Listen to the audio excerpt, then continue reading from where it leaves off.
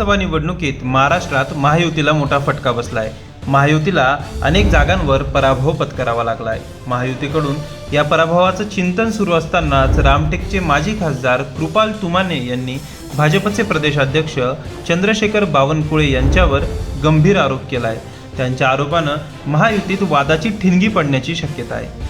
भाजपचे प्रदेशाध्यक्ष चंद्रशेखर बावनकुळे यांनी कोणता सर्वे केला मला माहीत नाही, मात्र त्यांनी हट्ट धरला की ही जागा मला मिळायला नको। त्यांनी एकनाथ शिंदेंवर दबाव टाकल्याचा आरोप शिवसेनेचे माजी खासदार कृपाल तुमाने यांनी केला आहे। एका वृत्तवाहिनीला प्रतिक्रिया देताना ते बोलत होते।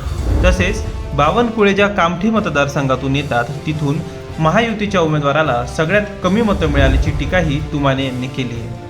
पुढे बोलताना तुमाने म्हणाले, रामटेक ही जागा शिवसेनेकडे राहिली नाही याचं मला दुःख आहे। मी 2 वेळा रामटेकचं प्रतिनिधित्व केलं आणि मोठ्या फरकानं निवडून आलो। मुकुल वासनिकांसारख्या काँग्रेसच्या तगड्या नेत्याला मी 2 वेळा मोठ्या फरकानं हरवलंय। कामठीतून महायुतीच्या उमेदवाराला कमी मतं मिळाली ही भाजपचे प्रदेशाध्यक्ष म्हणून चंद्रशेखर बावनकुळे यांची जबाबदारी आहे। पराभवाचे खरे विलन बावनकुळेच आहेत, त्यामुळे त्यांनी राजीनामा दिलाच पाहिजे अशी मागणी कृपाल तुमाने यांनी केली।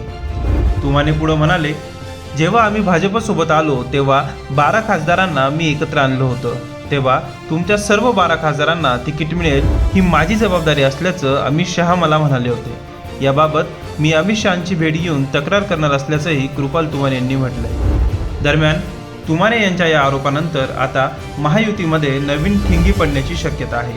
तुमाने यांनी थेट भाजपच्या प्रदेशाध्यक्षांवर आरोप केला आहे, त्यामुळं आता भाजप नेमकं याला काय उत्तर देणार हे पाहणं महत्त्वाचं ठरणार आहे। तसंच भाजप बावनकुळेंवर कारवाई करणार का याबाबतही राजकीय वर्तुळात चर्चा सुरू झाली आहे।